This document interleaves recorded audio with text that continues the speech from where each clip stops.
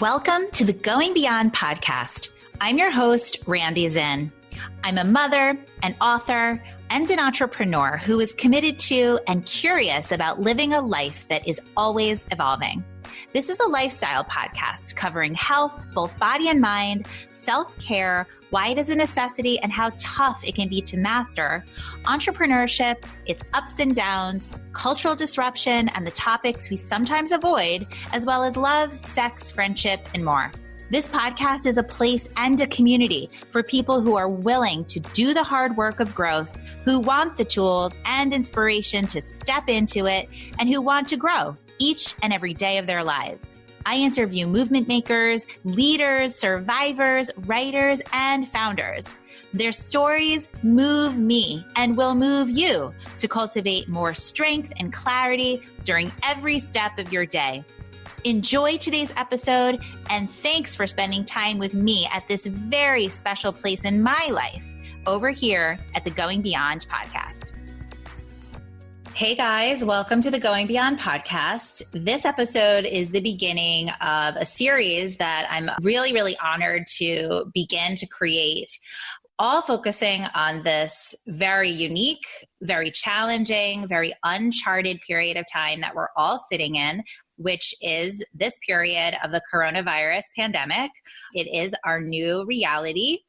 And inside of this moment in time in which most of us are in some kind of form of isolation, either by ourselves or with our families, we're all undergoing an extremely difficult period because, to sum it up, everything has changed in a very rapid period of time.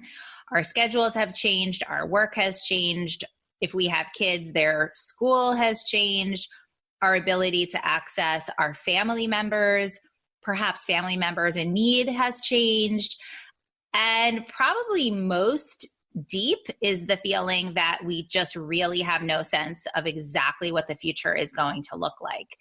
And that is a collective experience and a collective feeling of anxiety and loss as I'm starting to explore it myself. So as you guys know, that this podcast is my special place, but it's also a place that I get to explore topics that are really relevant to me in general. And now a beautiful space for me to open up conversations that I really believe are going to help you and help me and help all of us. And so it's a real privilege today to share this hour with you, with my friend, and just someone whose work I so deeply respect. Her name is Lia Avellino, and you may know her already from this podcast because she was one of the amazing panelists on the recent live stress dialogue that we created and shared recently as a bonus episode. It was our live podcast event. She had such a tremendous voice on the panel. Lia is a relational psychotherapist. She is director of Head and Heart at The Well, a wellness ecosystem based in Manhattan. She hosts circles, group therapy circles, one of which I'm a part of regularly. And she really delves into the experience and the realities of anxiety, responsibility overload, relationships, and knowing oneself in relationship to all of it. It's truly a gift of hers. And I couldn't have thought of a better person to bring onto the show today to really dig into this experience that I think every single person is having on one level or another, which is a general sense of anxiety. By general, I mean like societal anxiety, personal anxiety, the stuff like what's happening to my health, what's happening to my job, what's happening to my finances, etc. And this general topic of unknown. Where is this all going? We don't know. And how do I sit in the unknown and all the stuff that comes up? So with all of that said, Lia, thank you for being here and welcome to the podcast. I'm just so happy to share this time with you. Thank you for inviting me to share some of my experiences and provide 1 hour of structure in an unstructured day. Yes, precisely. So let's just get into it. I think it would be really wonderful for you, just first and foremost, to give a sense for our listeners of what anxiety is and what it is trying to do. Because when we're feeling it nonstop, it's like we can even lose touch of like what it even is. It just becomes this reality we're living in. I love that you're starting there, Randy. So one practice that I've been implementing is before I even get into content, whether that's with a patient or whether that's in a group or in a meeting or on a podcast, is I check in with myself. Because the way that anxiety functions is it's actually there to prevent us from feeling more distressing emotions. And I'll get into that a little bit more deeply. But what we typically do is we kind of talk through our feelings, rush through them, distract from them instead of be with them. So before we even get started, I want to practice that in real time to demonstrate what that would look like. So in this moment, I'm feeling a bit unprepared. The day has been really erratic. I'm feeling tired because I didn't sleep that well last night. And I'm feeling some sadness and some longing today for the way things were 3 weeks ago. And I'm noticing that I can feel that tightness in my shoulders. I can feel some reverberations in my chest and in my posture right now. You all can't see me, but I can tell I'm a little hunched over, like my heart space is more back than forward. So I'm not in this place of confidence and knowing. I'm in this kind of shaky place right now. So I name that as a way to release some of that anxiety rather than ignore it. And to go into more deeply of what anxiety is anxiety is really there to help us survive.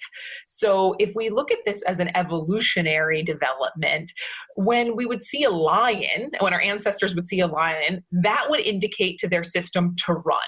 Anxiety really helps us act in the moment. It can be a motivator. It can be an accelerator. It keeps us moving.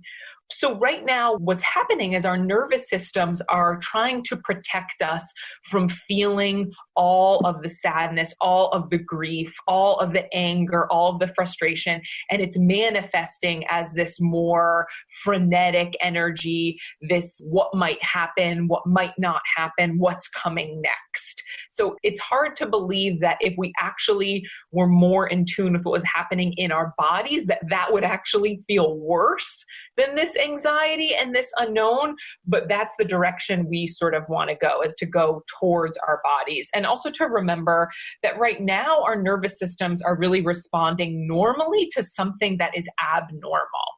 In crises, our rational brain shuts off and the part of our brain that helps us survive turns on. So we all might be noticing we're drinking more or eating more than what nourishes us or brings us pleasure, or we're in our head a lot more. And that's really an indicator that we are just trying to survive. Yeah. You know, I'm just going to throw out some thoughts that come to me when you're talking about all of this anxiety is trying to protect us from these deeper emotions. And so in some ways, it's like our job as conscious beings, to the best of our ability, is to try to be real with what's underlying and to try to actually feel into it. What comes up for me when you say that at this moment in time, which feels really hard and really conflicting, is that on one hand, we're so again, inundated by so much media, news reporting, perspectives, that if anything just dials up the anxiety level, like it almost takes you in the opposite direction of that feeling space and goes more into that anxious space. That's the first thing that comes up for me. And again, I'm saying the I here, like I'm talking about my experience, but I'm going to understand and assume that many people listening to this are feeling the same thing. So this isn't about me. I'm using me as a way to represent what I believe is happening for many people. I fear that if I spend too much time in what I'm feeling, Lia, that I'm not going to be able to keep it together in this house. Mm-hmm. Like there is so much need going on in terms of keeping my kids educated and schooled and happy and playful and not losing their shit because they're grieving too right now. And as well as like feeding everyone and creating space for my partner who's going through his own stuff and supporting that. All that to say that if I spend too much time leaning into that real state of feeling, I don't know how it's all going to stay together. I'm so glad that you brought that up because you are really illustrating what survival mode is, right? So as we were just talking about, anxiety helps us survive. Your anxiety and the anxiety that we're all feeling on some level is keeping on, right? It's giving us the to-do list. It's making sure things get checked off.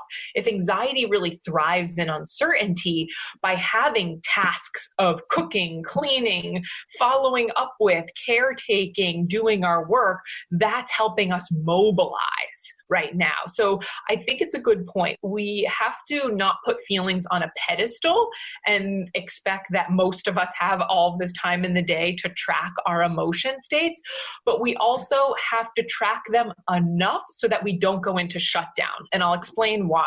Okay. So basically, how anxiety helps us survive is it elicits a flight or freeze response. And many of us have experienced that through either traumatic events or things that we've had that's just jolted us into action.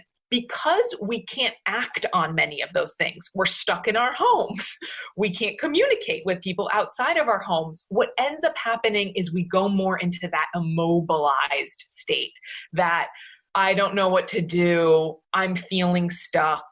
No thought really maintains in my mind. I'm stuck on my couch, or I'm acting, but I'm not really present with those actions. And so we want to be able to track our experiences so we know what sends us into that shutdown state or that frenetic state and what gets us out of that state.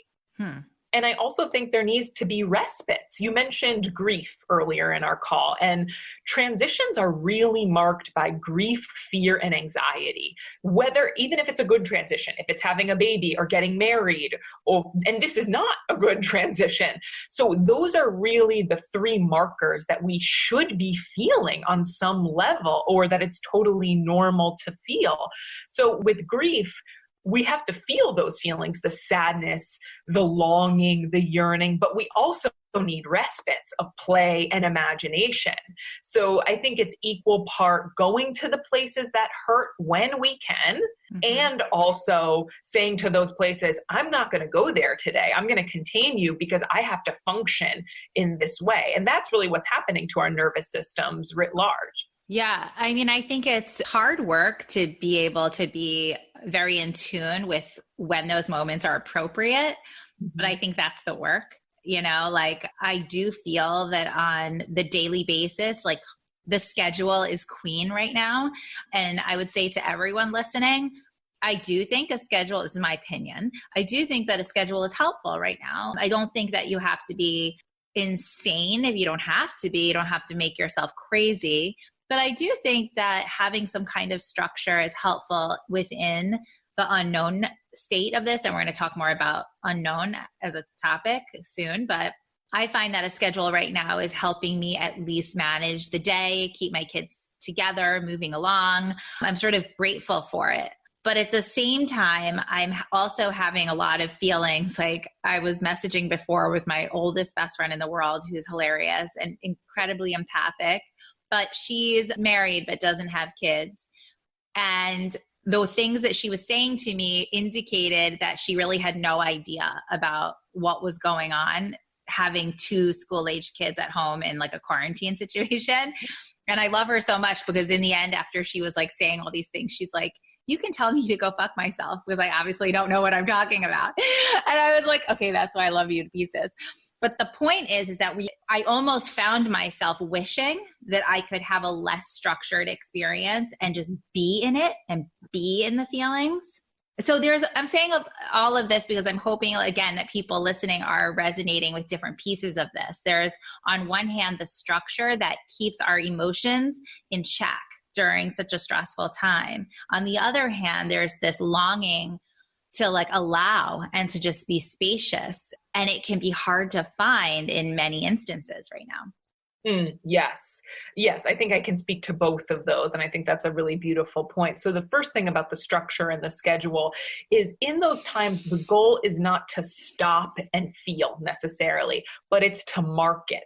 And I'll give an example. I knew I was preparing for this podcast. I had patients all morning and I was making my daughter lunch and she was demanding crackers. And I couldn't stop anything because I needed to show up here at a specific hour. And I had just had these emotional experiences and I needed to feed my kid. And so my thought to myself was, you are anxious right now. This is a lot.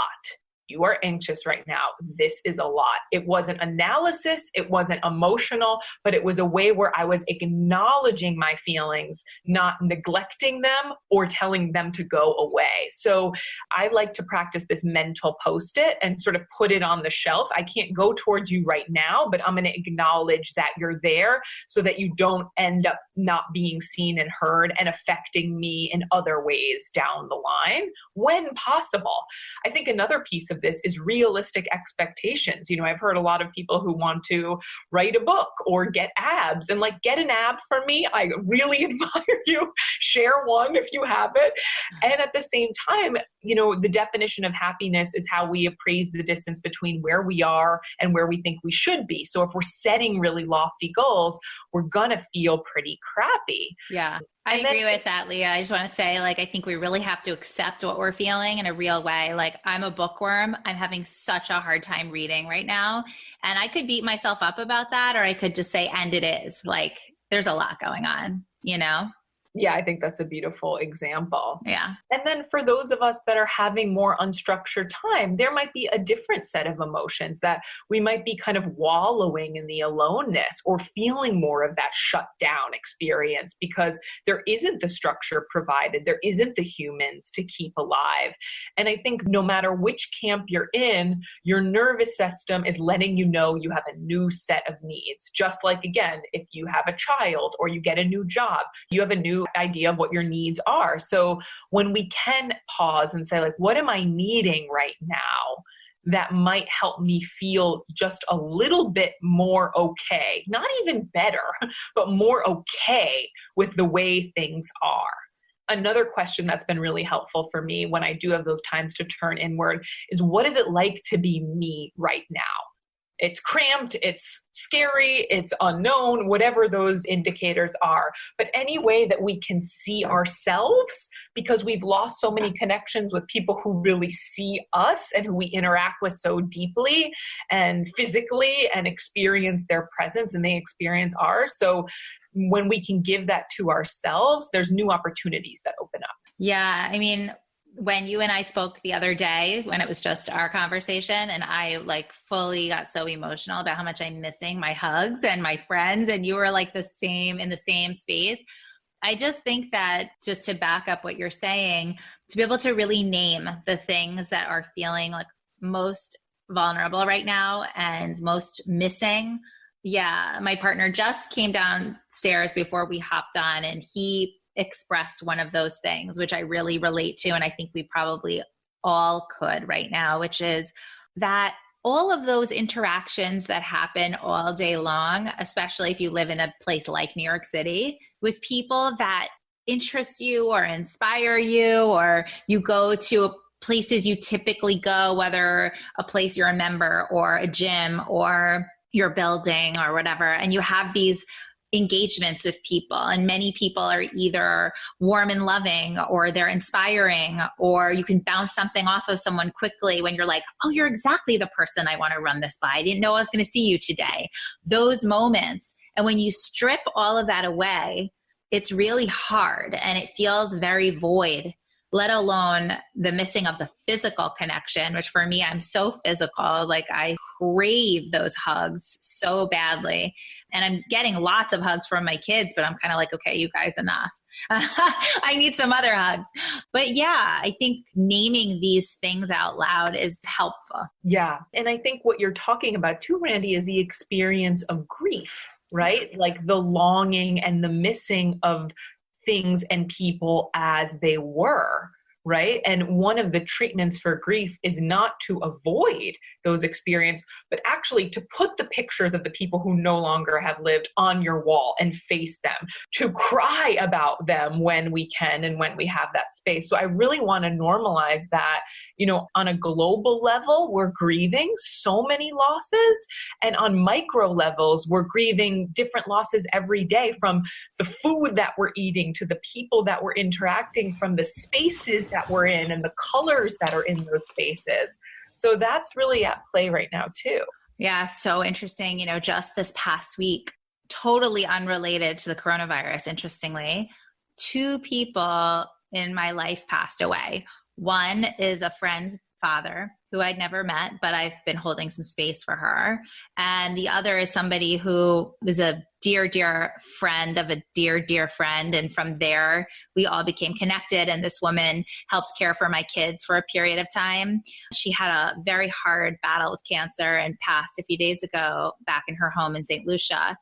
And besides the obvious loss, the layers of loss of what it means to go through this in this moment of time where people are so separated and memorial services can't happen and family can't be together. It's extreme. And then the opposite, my best friend's older sister turned 50 this week, and she celebrated her birthday alone and was devastated. And it's like, I'm saying this not that I'm into the feelings of sadness, but I find it fascinating in a way to watch how the hard moments and like something like a big birthday are even more amplified because of this separation that we're experiencing. Yes, because there's like 17 layers of that onion of loss. And I think the piece that really stands out to me there is, we are all craving connection on some level because it's a very natural and human desire. But in order for us to actually connect, even via FaceTime or Zoom, we have to have a regulated nervous system. And many of our systems are not feeling okay enough to reach out, to accept that care coming in. So there's a lot of loneliness that people are carrying. And I think I'm hearing from the patients that I work with in groups that I'm in is that people with privilege who have a home and are being fed and haven't lost their jobs, they're saying, how do I deserve to complain amidst all of this madness? And I really honor that awareness and ownership of privilege. But I also want to honor the disappointment, the spending the birthdays alone, the canceled weddings and parties and gatherings, that as humans, we really want to feel a sense of belonging. And when we don't have that, we protest. We do. I'm feeling a sense of grief for my children because they're removed from their social environment and their friends and their teachers they love. And I almost like when I watch my kids like on Zoom, it's like I'm getting emotional. It's like I almost want to cry because it's not what it was supposed to be. Yeah, you feel that sadness of the loss. Yeah, all the connections that we all thrive on when they're just taken away during this time, it just leaves a void. Yeah. And I think the more we can make space for that, like you're doing just in this moment with me, the more that we live better with that void and don't suffer because of it. Yeah. And so, just because I'm shedding tears here, like, I just want to also give voice that I think a tool that I'm leaning into is that when I feel the tears, I really try to let them come because I think I probably have like 100 moments a day where I probably could cry. I probably could let something out, but I don't because I'm taking care of somebody or feel like now is not a good time. So like, I think it's really important that if you can give yourself a little bit of that space, like really do. Yeah. Because it helps. It does help. Yeah, I agree. And I think that's a really good point about families in general, that I work with some families and we want to give our children a sense that things are okay and that parents and caregivers are okay and that it's not children's job to worry about parents and caregivers. But that doesn't mean that we are unemotional. Right. And it's okay to let our kids see us cry. It's okay to let them see us fall apart a bit, in the sense that like we're carrying a lot right now. And if not, then they just see anxiety and learn that that's how you cope with difficult experiences. So I really want to normalize families feeling sad together and acknowledging the missing of the friends and the touch and playing tag and being outside with their community. Yeah, definitely. Hey, Going Beyond listeners, I'd like to introduce you to our podcast sponsor, Natural Recovery Greens, an amazing nutritional product proven to have anti-inflammatory and immune system boosting benefits. 9 out of 10 Americans do not get their recommended daily servings of fruits and veggies. Natural Recovery Greens contains approximately 3 cups per serving. Energy Greens is individually packaged in single-serve packets for convenience and to ensure every serving has the exact amount of each ingredient stated on the label, including CBD. This product has all natural ingredients and has been studied to show anti-inflammatory and immune system boosting benefits. As a busy mom, I can tell you that I not only enjoy the flavor, but I feel invigorated and energized almost immediately. Natural Recovery Greens is a nutrition you can literally feel.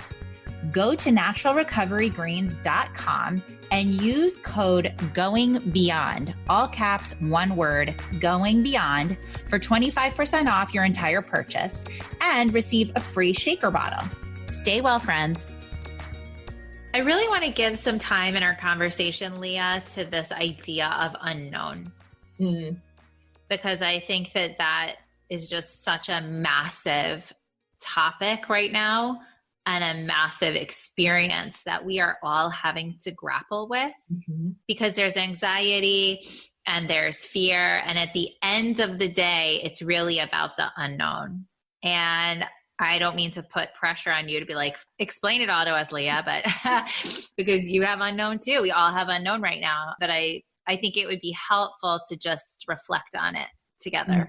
Yeah, I feel the heaviness of that question. And it's something that the people that I work with and me myself are grappling with every day. There's something called anticipatory anxiety or anticipatory grief, where we have our emotions in the present, but really what we're focusing on is what might happen or not happen in the future. And there is so much uncertainty in this moment. I think there's 2 things that come up for me around it. One is, one of the most beautiful things that have come out of this for me is I have heard people who never say, I don't know, say, I don't know. And I think there is so much pressure on us to know, right? And we value intelligence and knowledge and reading and material. And so we're all in this sort of ambiguous place of there's no flashing neon light, there's no North Star, which is really forcing us to sit in the shit and be present with each other in that. And COVID-19 has created a lot of challenges, but another thing it's done is unearth a lot of things that were already there. And I have a sense that those of us that are struggling most with the uncertainty always sort of struggled with not having a plan or not knowing what the next step is. And I'm wondering if there's something in that for us, that we will struggle with it, right? Like there will be the anger, there will be the resistance, there will be the trying to know, but that there's also an opportunity to lean into that and say, I don't know. And that's the only place I know I'm at in this moment. So that's route 1. Route 2 is related to fear. And I think we're in this historical moment right now where people are really fear phobic. And Brene Brown has talked a lot about this, how we're in this culture where courage and power and empowerment is just on the front lines. But what about the vulnerability and what about the fear? And so one thing that I've been practicing with my community is really to name those fears of the unknown, that not just sort of rest on that word unknown, but really unpack it. Is what's in that for me? Is it afraid of a family member's illness? Is it afraid of I'm going to lose my job? Is it afraid of me going to die? Is it afraid that I'm going to lose my mind spending every day with my child? So really looking at what those fears are in the face, and when we can, sharing them with others so that we don't have to carry them alone. Yeah, it's interesting. So I sent you this article before. You'll read it when you have a moment, but Harvard Business Review shared a really beautiful article, which basically defined that many of the emotions that we're feeling in the highs and lows are actually defined by grief right now. And we brought up the word grief before. And the author of it, I forget his name, but he's worked with Elizabeth Kubler-Ross, like one of the primary thinkers and writers on grief.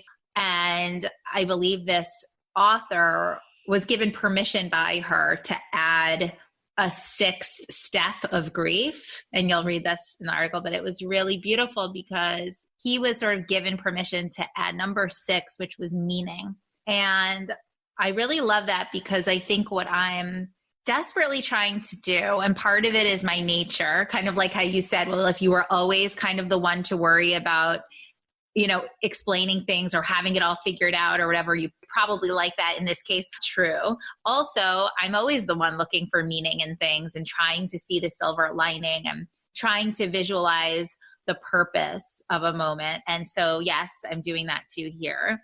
But I've been thinking a lot about the meaning of all of this. And I do think that we are being challenged to slow down and to be present and to feel, not to check out as much as we have been, to realize the power of our human connection, to realize that Mother Earth needs to breathe and that we're not all powerful. Mm-hmm. We have more power and it needs to be used more properly.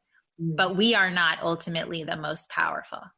And so I think the other thing that's happening for those of us that tend to think this way is that we're really trying to see where this time is leading us. And when I go there and I spend time in that space, I don't want to say that it stops the anxiety or the fear at all, but it does add other layers that feel more productive and feel more purposeful.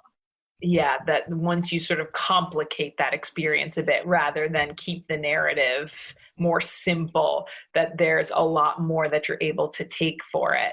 I really think you're bringing up a good point, Randy, which is this provides the opportunity for those of us that are privileged enough to have it to really be with who we are. And if meaning is something that's regulating to you, or anything really feels good to you and is not of harm to somebody else or yourself, that leaning into that right now, whatever that unique pleasure point is for you, is really essential and healing.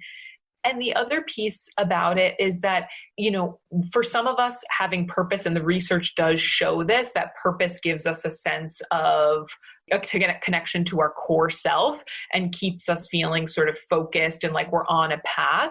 But for some of us, it's okay to give yourself permission if there is no silver lining for you in this yet, right? That I too look for meaning because having that is an anchor for me, and it makes me feel, whether it's been a miscarriage or a divorce or a death, when I feel like I can grasp onto something that feels bigger than myself, that is regulating. And there's also been times when I haven't been able to find that. And I think this is an opportunity for us to give ourselves permission to be okay with the not knowing if that's not where we're at. Well, I really love, Lia, that you always position some of these experiences of, if we're privileged enough to have the space to even contemplate, emotions and meaning. I think it would be really meaningful for you to share a little bit about what would the experience be, or what would anxiety management look like if that privilege isn't there?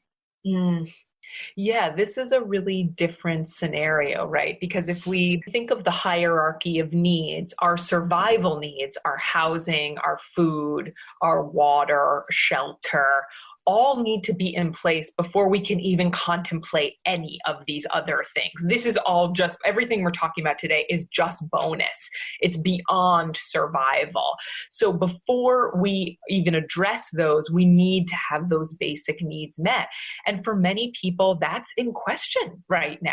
I'm thinking about people that I'm related to for that's in question, where they've lost their job because they've been in the service industry, or children who weren't safe in their home and now can only stay in their home, or people who are experiencing intimate partner violence, whereas social distancing is really catastrophic for them because they're with their partner all day with no breaks, right? So all of those people, that weighs heavy on us too.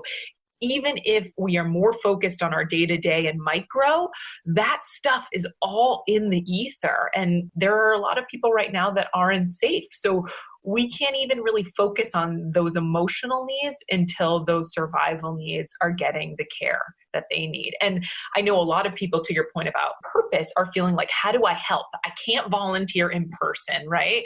And there are organizations that focus on skills-based volunteering that we can do remotely. And I think that that's been, for those of us that need to get out of that shutdown state or are noticing that deep desire to be of service right now, that's one of the key things that can help us mobilize, is sort of get out of the day-to-day, what's on my plate, and go into how can I share what I have and serve others. I keep coming back in my mind, and I'm wondering if you think it would be a nice way to sort of close. Well, I don't want to close yet. At first, there's a few things that I want to accomplish before we close.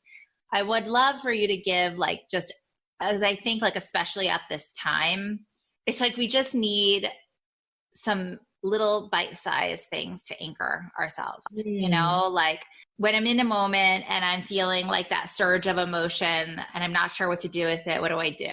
When I'm feeling myself getting like really frustrated with my partner or my kid, how do I check back with myself? So I would love for you to just like give us a couple of those bite-sized suggestions. And then my other thought was maybe a beautiful way to kind of wind down this discussion, if you feel called to it, no pressure, would be to lead us through that meditation that you did that day at the well about putting the anxiety, the things that are worrisome on the shelf. I love that so much. That sounds like a great thing.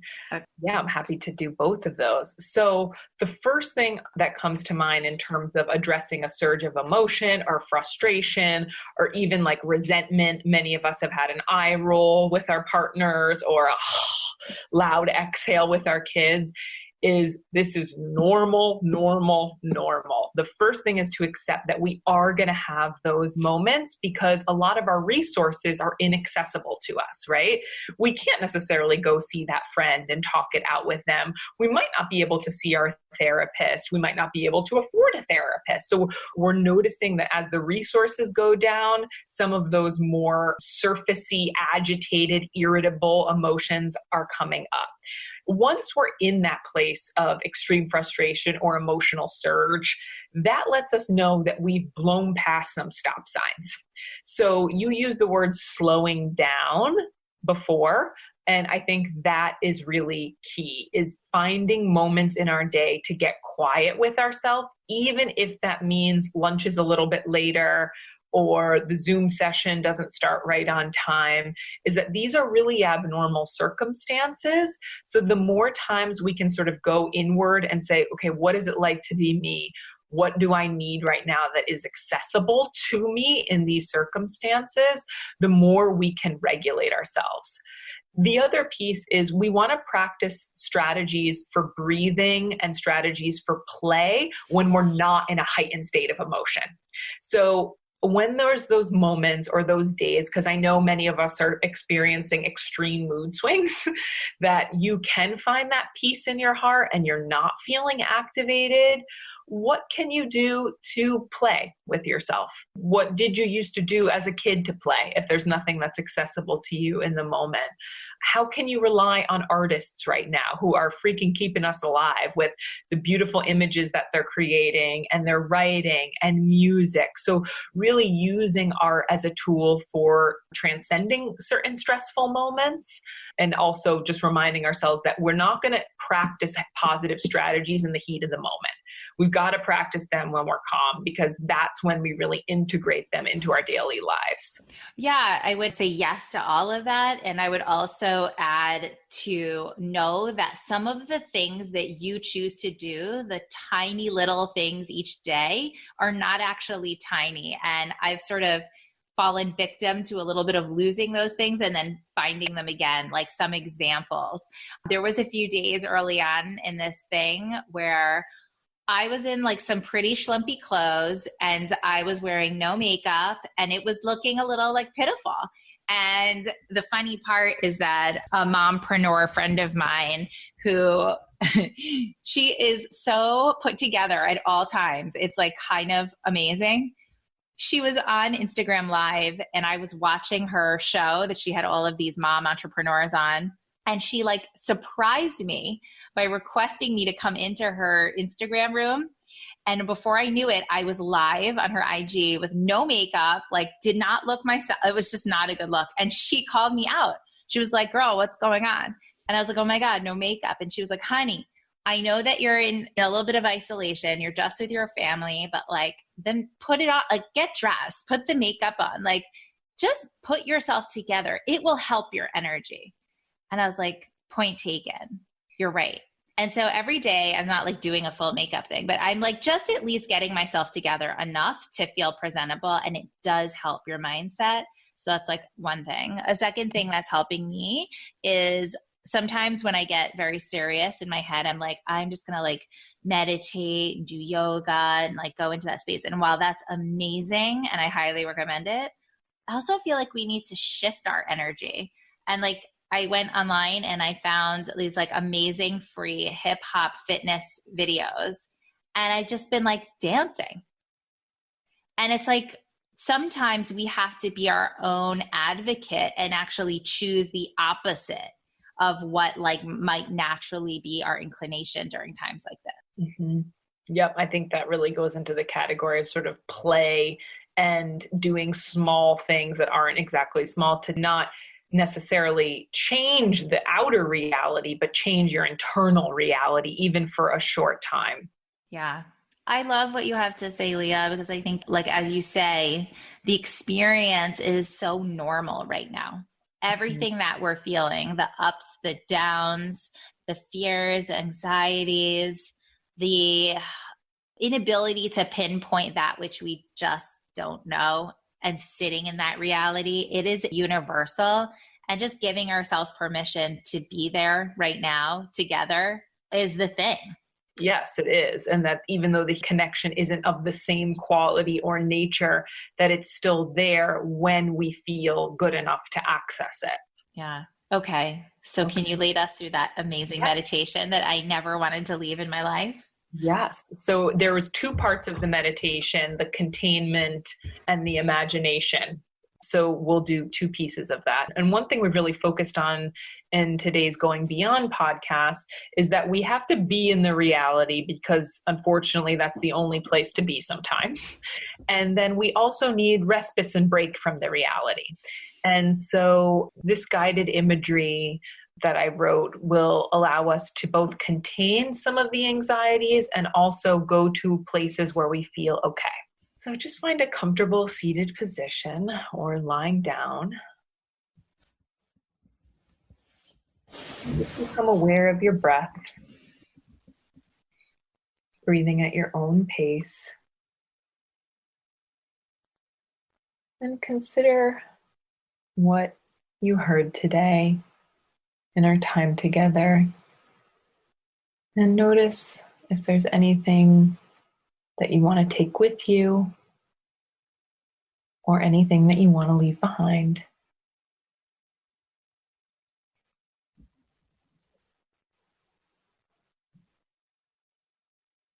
And know that anything that I invite you to journey on with me today is your choice. You can stop whenever you want, and you are in charge of your experience.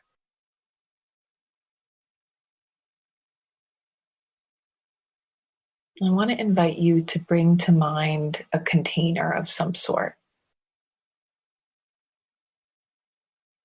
This can be anything that has the ability to hold.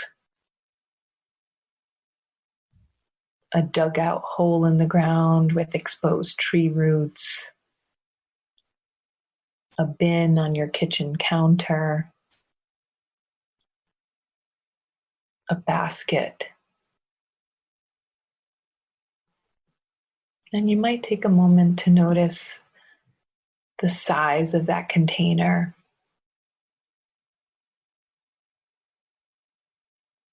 the texture,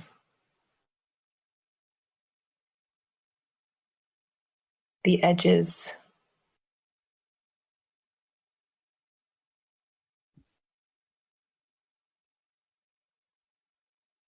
And as you see that container, imagine placing each and every one of your worries into that space. Anything that's bringing distress, anxiety, heaviness.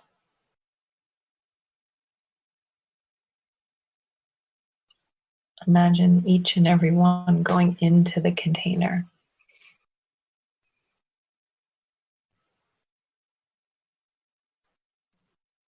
And now take a moment to notice where you are in proximity to that container. The distance between yourself and all of the things that you're not too happy about. And just notice any sensations in your body.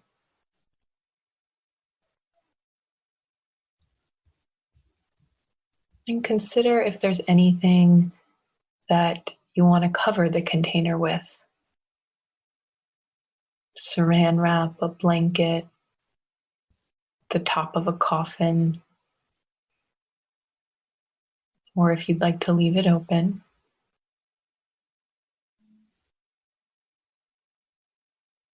And now I invite you to imagine placing that container anywhere you'd like. It can be nearby on a shelf, or buried 6 feet under the ground, or sent down a river.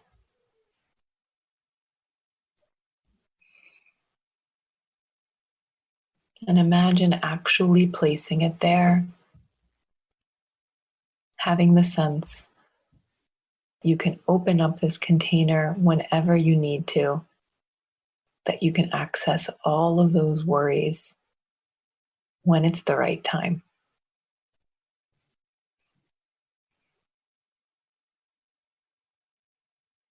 And as you see those worries contained, either drifting off or sitting close by, I want to invite you to imagine a place where you could go to feel tranquil. It could be somewhere you've been before or somewhere you have never gone.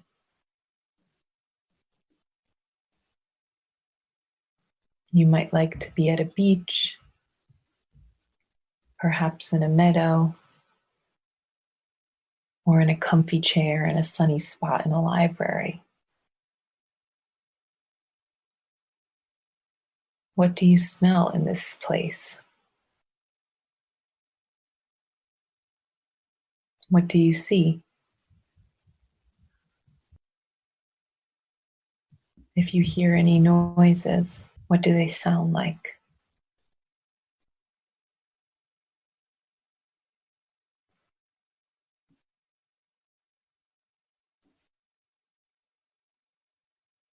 What can you reach out and touch at your fingertips?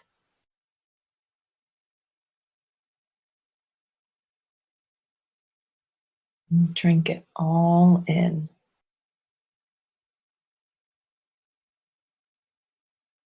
Imagining more and more details.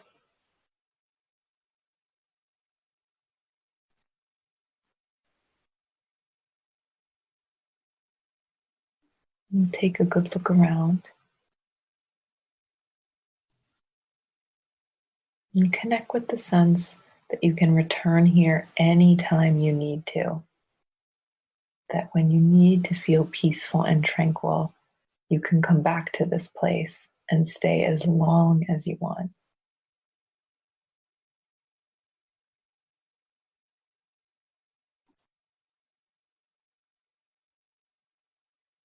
And when you feel ready, gently open your eyes and come back to the room.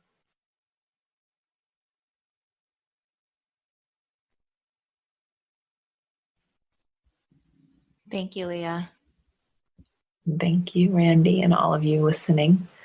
I think that's the perfect place for us to end. Lia, we are so grateful for everything you brought to this conversation. I'm sure people are going to want to connect with you a bit more after this episode. So let everybody know where they can find you.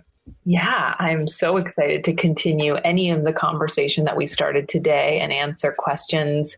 You can find me on Instagram at Lia Avellino, LiaLoveAvellino, or reach me by email at lia@the-well.com. Thank you, Lia. And I'm just so grateful.